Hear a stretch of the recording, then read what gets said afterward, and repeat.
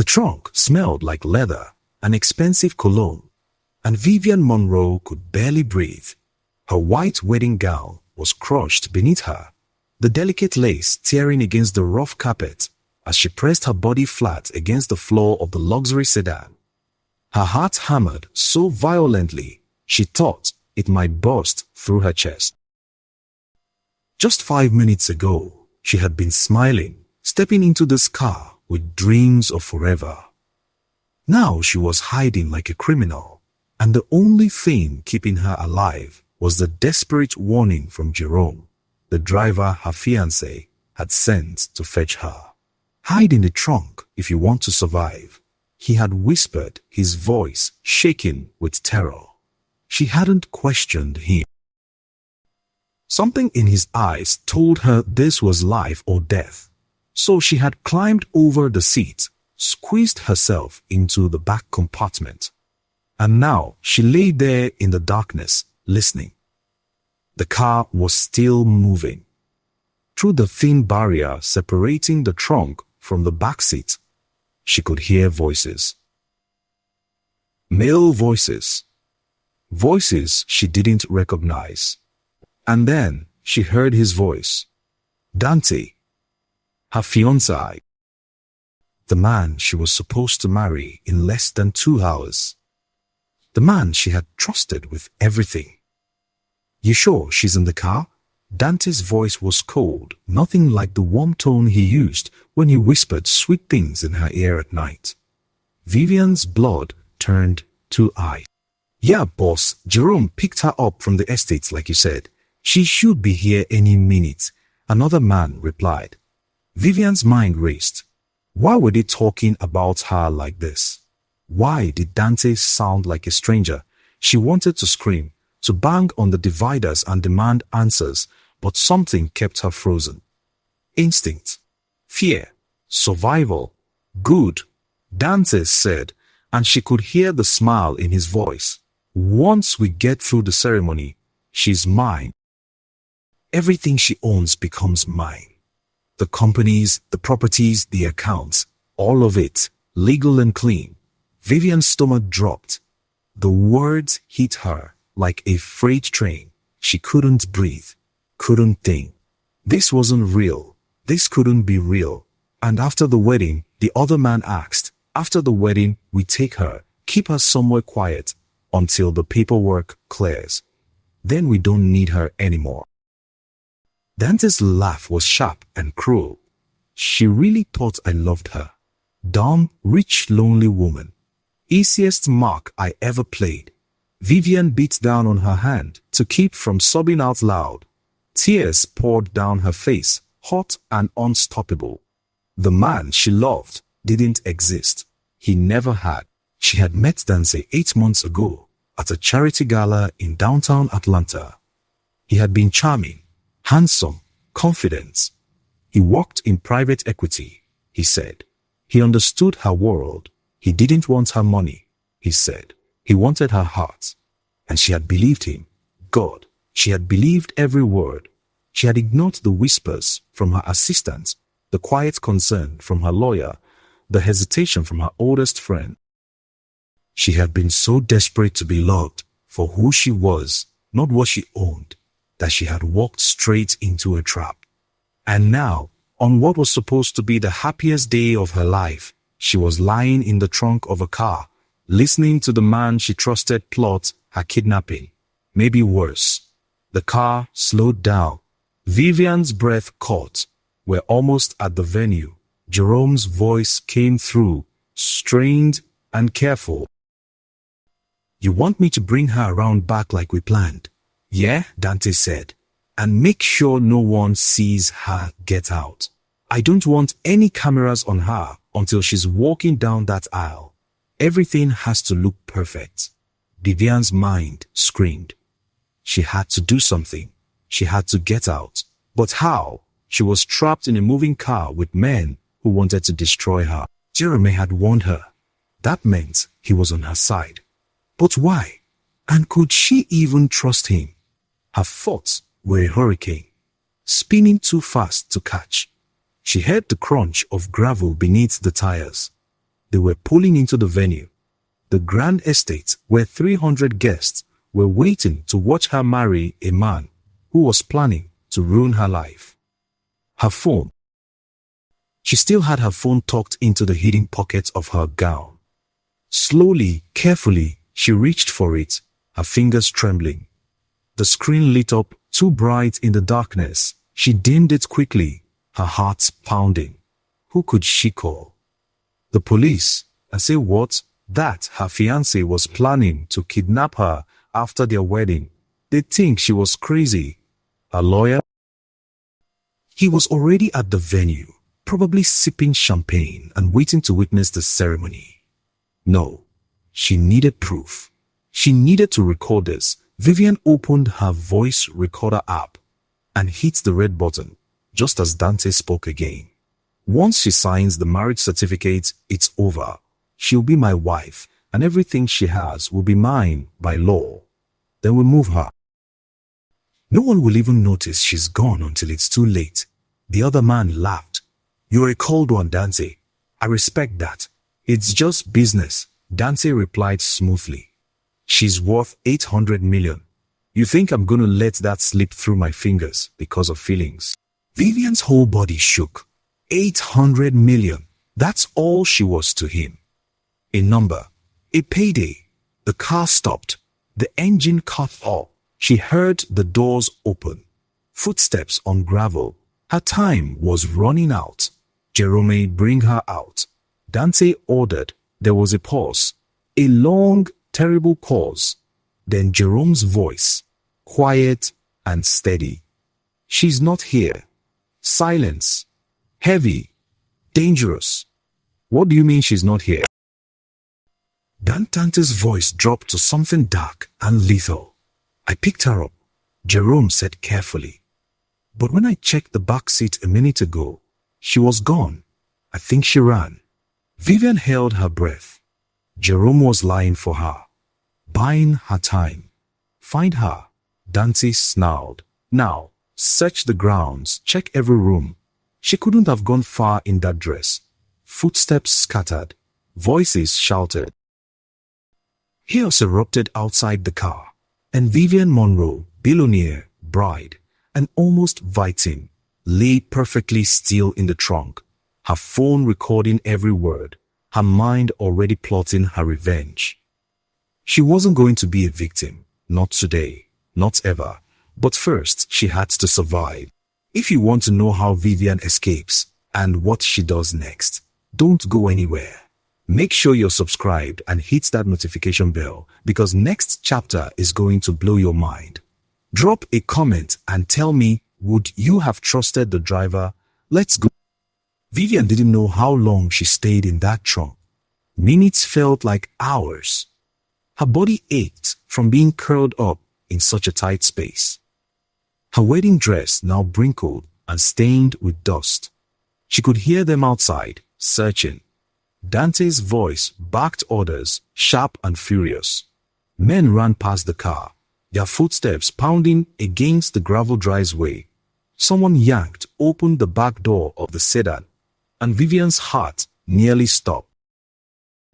She pressed herself flatter against the trunk floor, praying the partition would hold, praying they wouldn't think to check. She's not in here, a voice shouted. The door slammed shut.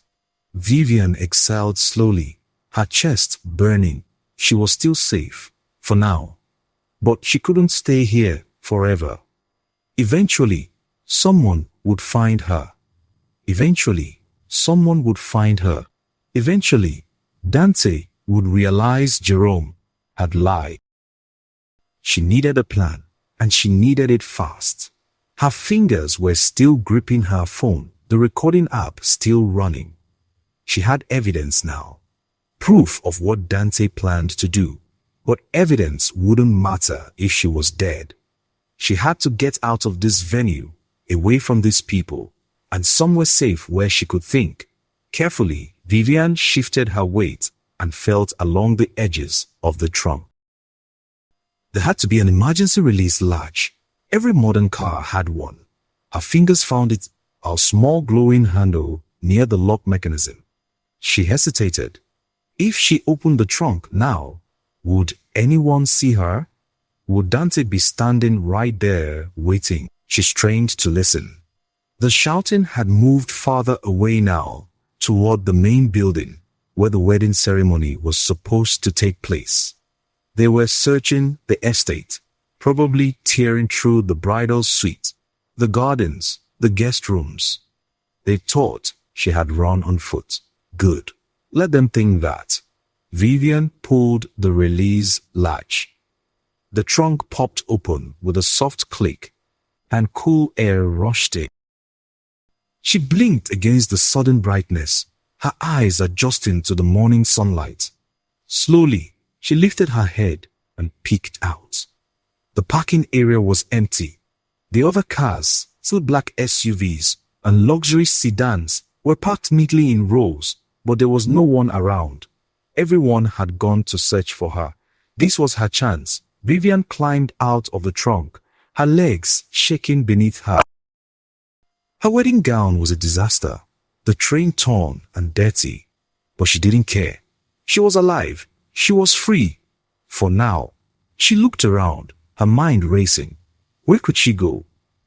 The estate was massive, surrounded by iron gates and high walls. Dante had chosen this venue specifically because it was private, secluded, perfect for a wedding where no one would interrupt. Now she understood why. It was also perfect for a kidnapping. Vivian's hands trembled as she clutched her phone. She wanted to call someone, anyone but who. Her mother had passed away 3 years ago. Her father had been gone even longer. She had no siblings, no close family.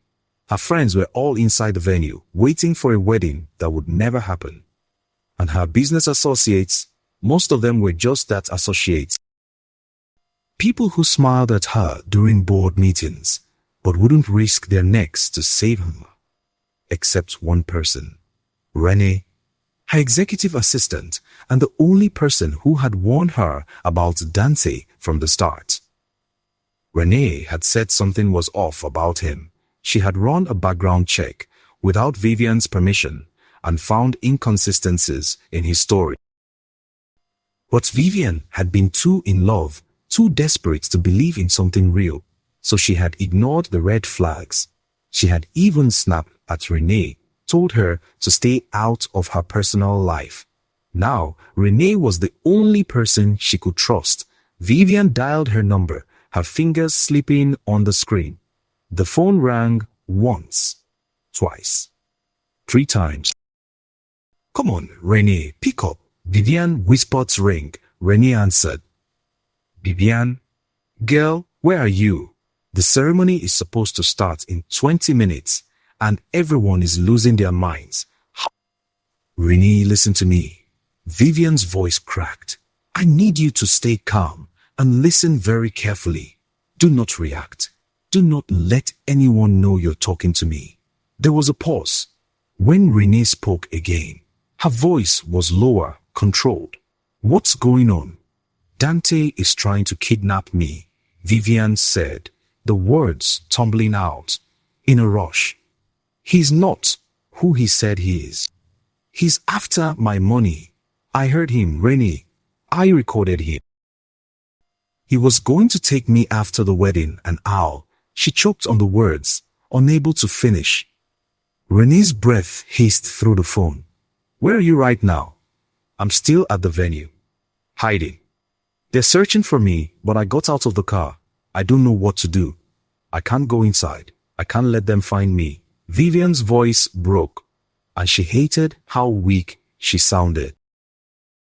She was a billionaire, a CEO, a woman who commanded boardrooms and closed million-dollar deals. But right now, she was just terrified. Okay, listen to me." Renee's voice was steady, grounding. "There's a service exit on the east side of the estate. It's near the kitchen. The catering staff uses it. Can you get there without being seen?" Vivian looked around, trying to orient herself. She had been to this venue once before, during the planning stages, But everything looked different now. Panic made the world seem unfamiliar, hostile. "I think so," she said. "Good. Get there. I'm coming to get you. Do not call the police yet. If Dante finds out, he'll disappear and will never prove what he was planning. We need to be smart about this." Renee paused. "Do you trust me?" Vivian closed her eyes. "You're the only person I trust." "Then move.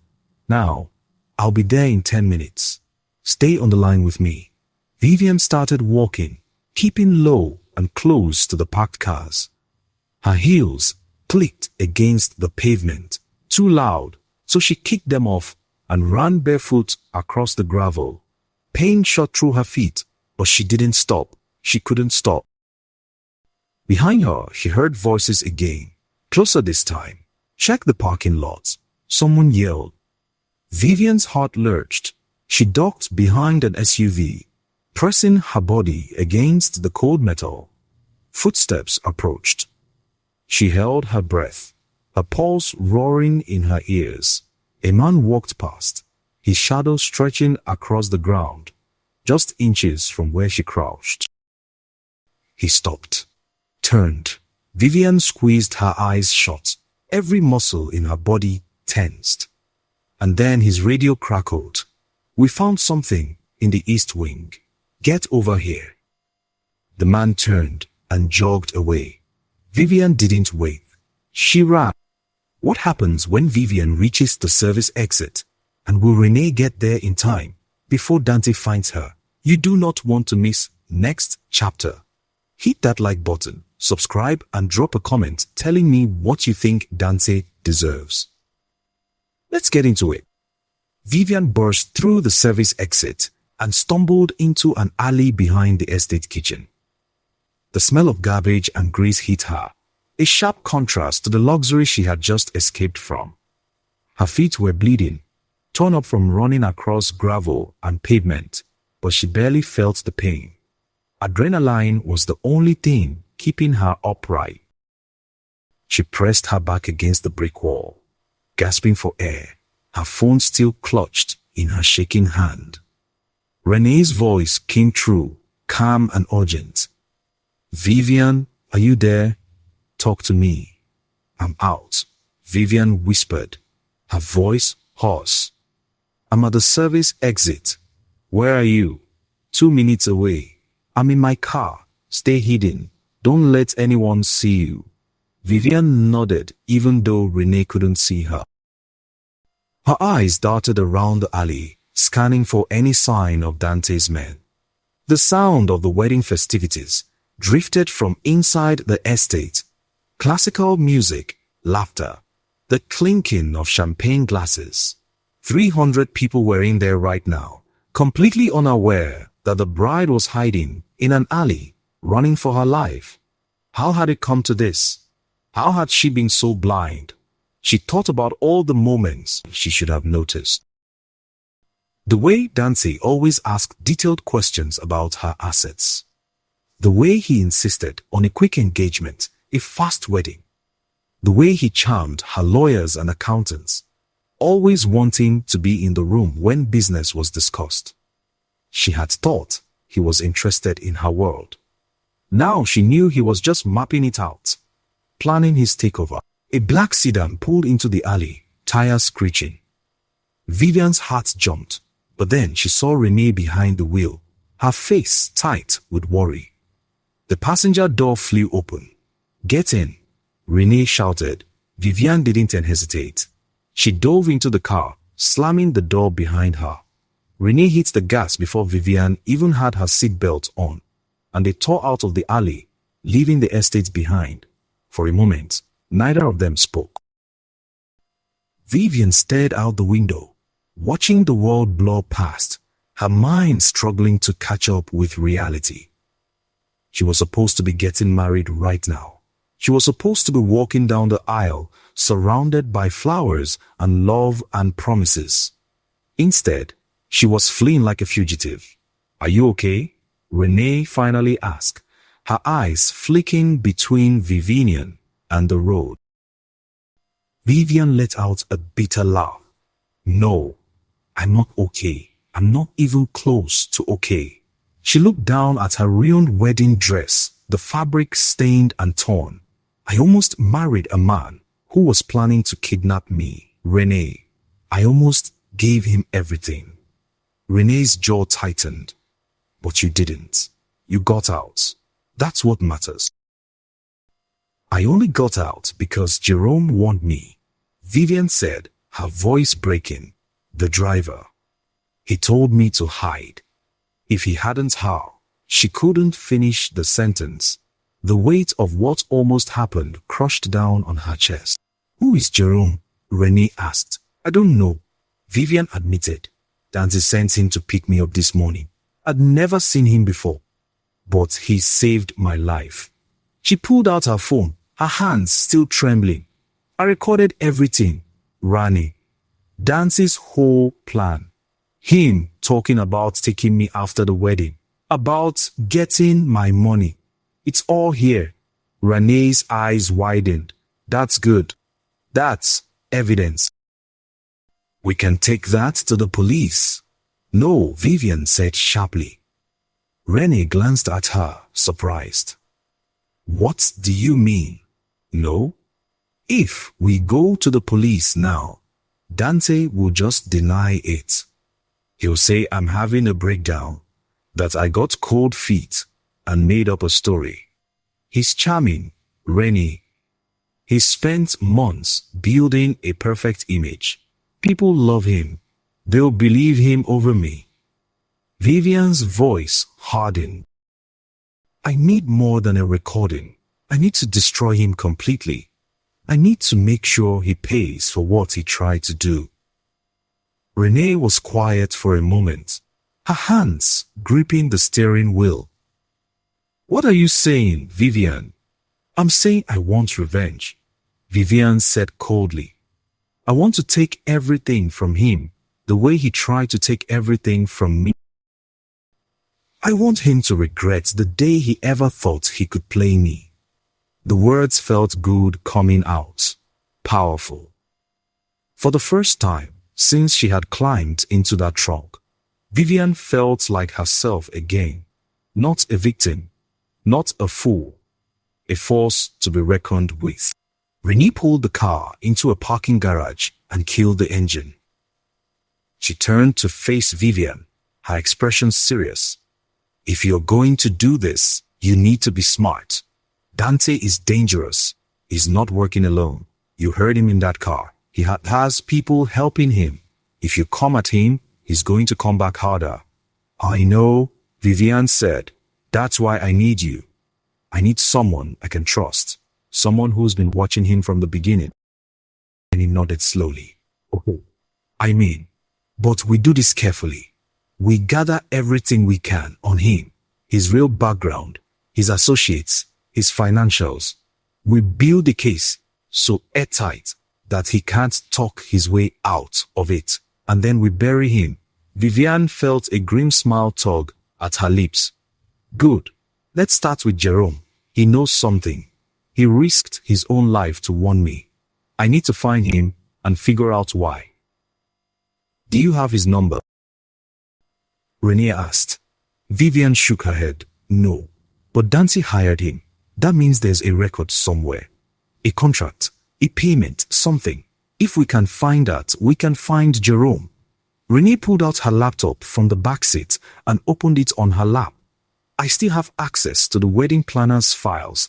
Let me see if there's anything about the transportation. Her fingers flew across the keyboard, her face illuminated by the screen. Vivian what? Her mind already racing ahead. She needed to stay 3 steps ahead of Dante. He would realize soon that she wasn't coming back. He would know she had escaped. And when he did, he would come looking for her. Minutes passed in tense silence. Then Renee's eyes lit up. Got it, Jerome Caldwell. The car service was booked through a company called Elite Executive Transport. I have a phone number. She scribbled it down on a piece of paper and handed it to Vivian. Vivian stared at the number, her heart pounding. This was it. The first step. She dialed, her hand steady now. The phone rang twice before a deep voice answered. Yeah? Jerome, Vivian asked. There was a pause. Who's this? It's Vivian Monroe. You saved my life this morning. I need to talk to you. Another pause, longer this time. When Jerome spoke again, his voice was low and cautious. You shouldn't be calling me. If Dante thief finds out, I'm then's not going to find out. Vivian interrogated. But I need answers. Why did you help me? What do you know about him? Jerome let out a long breath. Meet me tonight, 10 o'clock. There's a diner off Highway 85 called Rosie's. Come alone.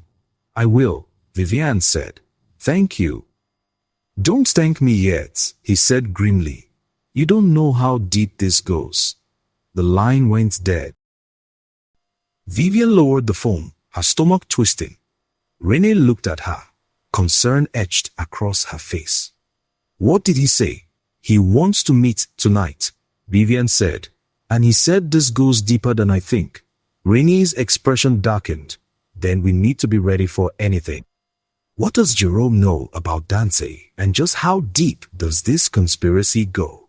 Chapter 4 is going to shake everything up. Smash that subscribe button and tell me in the comments. Do you think Jerome is really on Vivian's side? Let's find out together. Rose's diner sat on a lonely stretch of Highway 85, its neon sign flickering against the dark Georgia sky.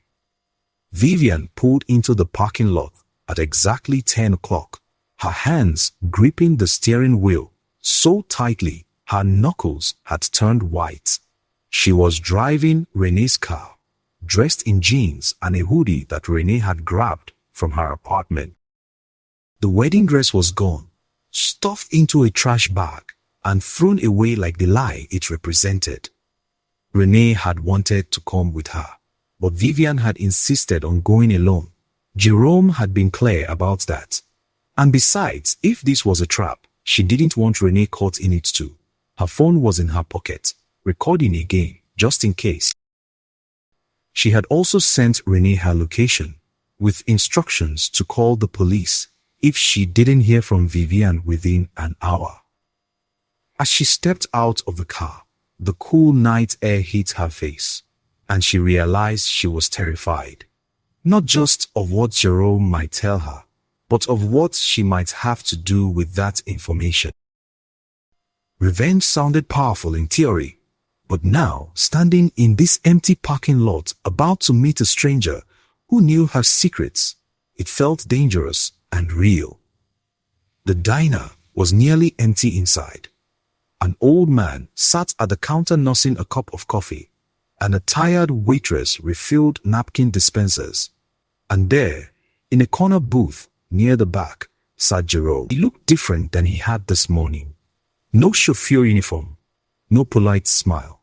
He wore a plain black jacket and a baseball cap pulled low over his eyes. When he saw Vivian, he gestured for her to sit across from him. She slid into the booth, her heart hammering. For a moment, neither of them spoke. Jerome studied her face like he was trying to decide if he could trust her.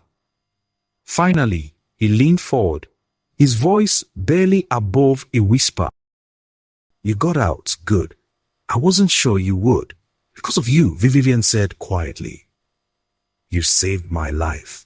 Why? Jerome's jaw tightened. Because I know what it's like to be used by Dante. And I know what it does to people when it's done with them. Vivian felt a chill run down her spine. What do you mean? Who are you? Jerome glanced around the diner, making sure no one was listening, then pulled out his phone. He scrolled through his photos and turned the screen toward Vivian. On it was a picture of a young woman, beautiful and smiling, standing in front of a townhouse. This is my sister. Her name was Kira. Vivian's stomach dropped at the word was. What happened to her? She asked, though part of her already knew the answer. Jerome's eyes darkened with pain. 3 years ago, Kira met a man, charming, successful, everything she thought she wanted. His name was Dante Collier. Vivian's breath caught in her throat. It's the same man, same man. Jerome confirmed bitterly. He swept her off her feet, just like he did with you. Told her he loved her. Proposed after 6 months. Kira owned a small tech company. Nothing like your empire, but it was worth about 12 million. She had worked her whole life to build it. He paused, his voice breaking. 2 weeks after they got married, she disappeared. Vivian's hand flew to her mouth. What? Dante reported her missing. Played the devastated husband. The police investigated, but there was no evidence of foul play. She had signed over power of attorney to him right after the wedding, so he took control of her company, her assets, everything. 6 months later, he sold the company and disappeared with the money. Jerome's hands clenched into fists on the table. They never found her body. Dante was never charged. He just walked away and started over somewhere else. And then he found you. Vivian felt like the walls were closing in. Her vision blurred, and she had to grip the edge of the table to steady herself. This wasn't just about money. This wasn't just betrayal. Dante was a killer. Why didn't you go to the police? Vivian asked, her voice shaking. I did, Jerome said, over and over. But Dante's smart. He covers his tracks, changes his name, his story. By the time I tracked him down again, he was already with you, calling himself Dante Richardson, working his way into your life.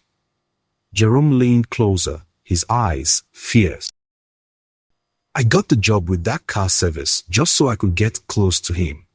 I was going to expose him, make him pay for what he did to Kira. But when I saw you this morning, all dressed up and happy, I couldn't let it happen again. I couldn't let him take another woman. Vivian sat back down, her fear transforming into something cold and focused. What do you need from me? Access, Jerome said. You're a billionaire. You have resources I don't. Private investigators, forensic accountants, lawyers who aren't afraid to go after powerful people. If we pull everything together, we can take him down. Vivian thought about her empire, the companies she had built from nothing, the power she wielded in boardrooms across the country. For years, she had been careful, strategic, always playing by the rules. But Dante hadn't played by any rules. He had tried to destroy her, and he had destroyed others before her. The rules didn't apply anymore. I want him to lose everything, the way he made those women lose everything. I want him to suffer. Jerome's expression was grim, but approving. Then we need to move fast. By now, Dante knows you're gone. He's going to be looking for you. And when he realizes you're not coming back, he's going to run. Let him look, Vivian said coldly. I'm not hiding anymore. I'm going to destroy him. She pulled out her phone and texted Renee. Get the lawyers. Get the investigators. I need everyone at my office. First thing tomorrow morning. We are going to war. Yes, Jerome watched her, a flicker of respect in his eyes. You're not the same woman who got into that car this morning. No, Vivian agreed. I'm not. That woman trusted the wrong man. This woman is going to make sure he pays. But even as she said it, her phone buzzed. A text from an unknown number. She opened it and her blood ran cold. The message was simple. I know you're alive, Vivian, and I know you're planning something. Don't make this harder than it has to be. Come back and I'll let you walk away. Run and I'll make sure you disappear just like the others. Dan knows, and now the hunt is on. What will Vivian do next? Next chapter is the explosive finale you've been waiting for. Hit subscribe, drop a like, and comment below. What would you do if you got that text? Don't miss the ending. Vivian stared at the text message, her hands trembling with a mixture of fear and rage. Dante's words were a threat wrapped in false civility, and she knew exactly what they meant. He wasn't going to let her go. He was haunting her, and he wanted her to know it.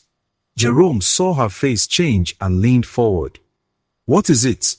Vivian turned the phone toward him, and his expression darkened as he read the message. He's trying to scare you. Don't let him.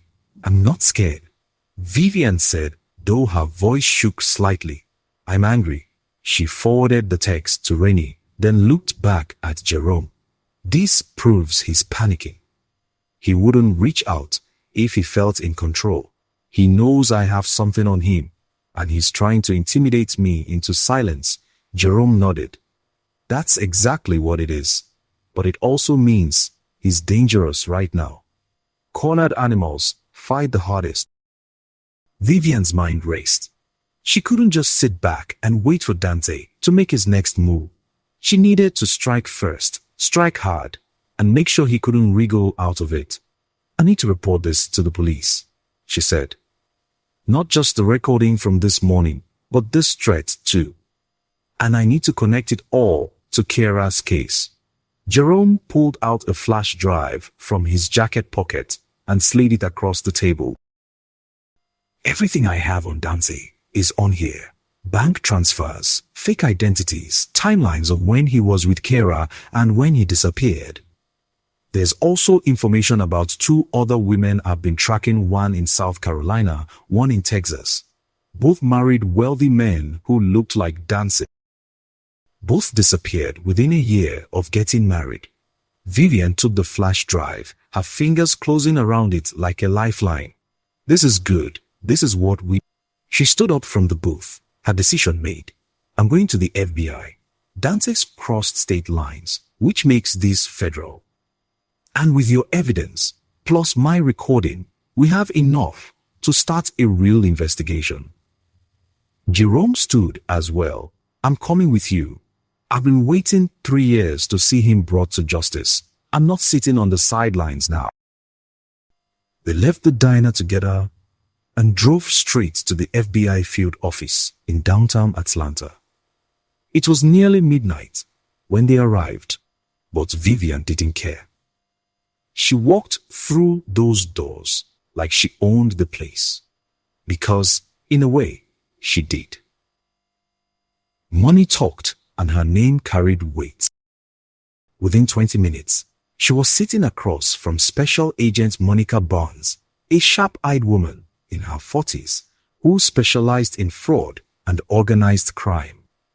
Vivian laid everything out: the recording, the text message, Jerome's flash drive, and the story of how she had nearly become Dante's next victim.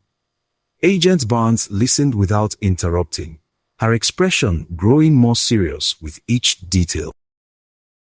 When Vivian finished, Barnes sat back in her chair and exhaled slowly.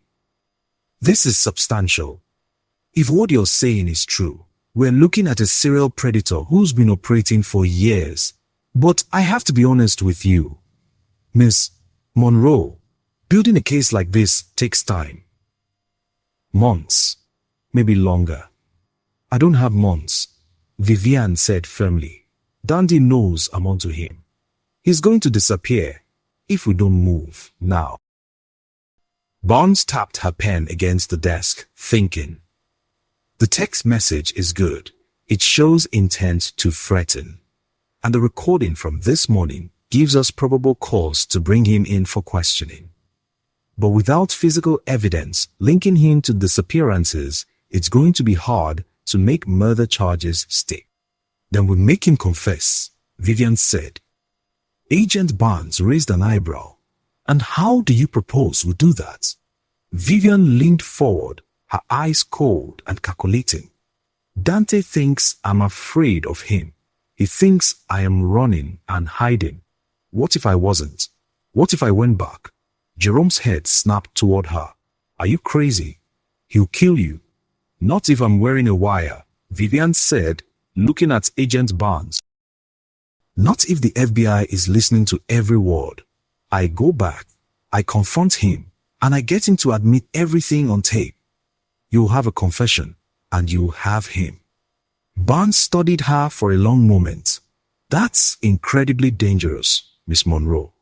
If Dante suspects anything, chums, he won't. Vivian interrupted. I know how to play him. He thinks he's smarter than me. He thinks I'm weak. I'll use that against him. Jerome shook his head. Vivian, you don't have to do this. Let the FBI handle it. The FBI will take months. Vivian said, her voice rising. And in the meantime, Dante walks free. He might find another woman. He might hurt someone else. I can't let that happen. She turned back to Barnes, her jaw set. I'm doing this, with or without your help. But it will be a lot safer if you're backing me up. Barnes was silent, weighing the risks. Finally she nodded. All right, but we do this my way. You'll be wired with audio and video.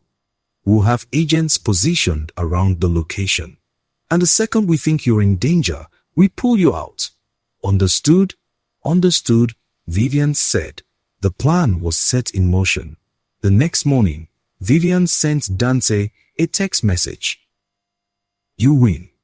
I'm scared and I'm tired of running. Let's meet and talk. Just the two of us. I'll come back if you promise not to hurt me. His response came within minutes. I knew you'd see reason. Meet me at the estate tonight, 8 p.m.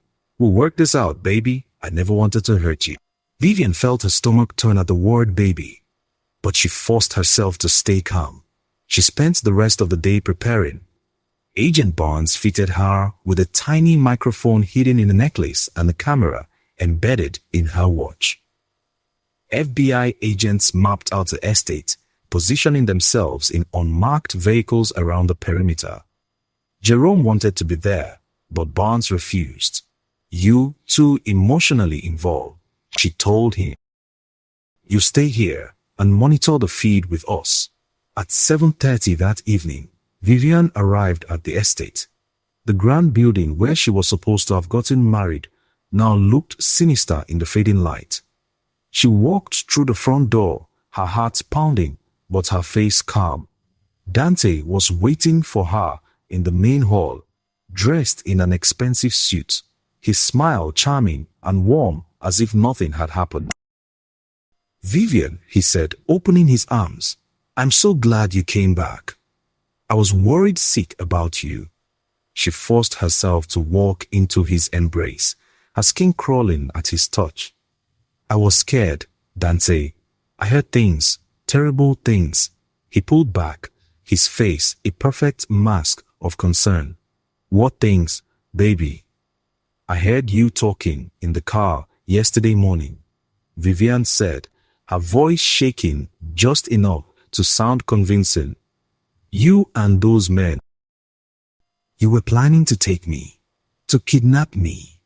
Dante's smile faltered for just a fraction of a second, but then it was back, smooth and reassuring. Oh, sweetheart, you misunderstood. That was just security talk. I was worried about your safety, about people trying to get to you because of your money. I would never hurt you. Then explained Kira Cowell. Vivian said, her voice turning cold, all the warmth drained from Dante's face. His eyes went flat, emotionless. Who told you about Kiara? Does it matter? Vivian asked, taking a step back. You married her. You took everything from her. And then she disappeared, just like you were planning to do to me. Dante stared at her for a long moment, and then, slowly, he started to laugh. It was a cold, chilling sound that echoed through the empty hall. You really are smarter than I gave you credit for, he said, his voice devoid of any pretense now. I thought you were just another lonely, desperate woman looking for love. But you figured it out. Why? Vivian demanded, her voice breaking with genuine emotion. Why did you do this? Was it just the money? Of course it was the money, Dante said, his tone casual. like they were discussing the weather. Do you know how easy it is to take everything from women like you? You're all the same, rich, lonely, desperate to believe that someone could love you for who you are and not what you have. It's almost too easy. Vivian felt tears sting her eyes, but she forced herself to keep talking. What did you do to Kira? Dante's smile was cruel. Kira was a mistake. She started asking too many questions just like you. So I dealt with her. She's at the bottom of Lake Lanier, and no one will ever find her. Vivian's blood ran cold. He had just confessed. On tape. Agent Bars's voice crackled in her earpiece. We got it. Get out now. But before Vivian could move, Dante's hand shot out and grabbed her wrist. His grip was iron-tight, painful. You're wearing a wire, aren't you? He hissed. You think you're so smart. You think you've won. The front door exploded inward as FBI agents swarmed the building, guns drawn. FBI. Let her go. Hands in the air, Dante released Vivian and raised his hands slowly, that cruel smile still on his face. You'll never make it stick, he said calmly as agents moved in to cuff him. I have lawyers. I have money. I'll walk. No, you won't, Agent Barnes said, stepping forward. We have your confession on tape. We have evidence linking you to multiple frauds and a murder. You're done, Mr. Collier, or whatever your real name is. As they dragged him away, Dante's eyes locked on Vivian's one last time, and for the first time, she saw fear there, real fear. He knew he had lost. 6 months later, Vivian sat in a federal courtroom, watching as the jury delivered their verdict. Guilty on all counts, fraud, conspiracy, and first-degree murder. Dante's face went pale as the judge sentenced him to life in prison without the possibility of parole. He turned to look at Vivian one last time, his expression full of regret and rage, but she didn't look away. She held his gaze unflinching until the guards led him out of the courtroom in chains. Outside, Jerome was waiting for her. It's over, he said quietly. Kira can rest now. It's over. Vivian. She had rebuilt her life in those 6 months. Renee had stood by her side through everything, and together they had strengthened her company, making it more powerful than ever. Vivian had also started a foundation in Kira's name, dedicated to helping women escape abusive and fraudulent relationships. She would never get back the innocence she had lost, the trust that had been shattered. But she had something better now, strength, purpose, and the knowledge that she had stopped a monster. As Vivian walked out of that courthouse into the bright Atlanta sunshine, she felt truly free for the first time in a year.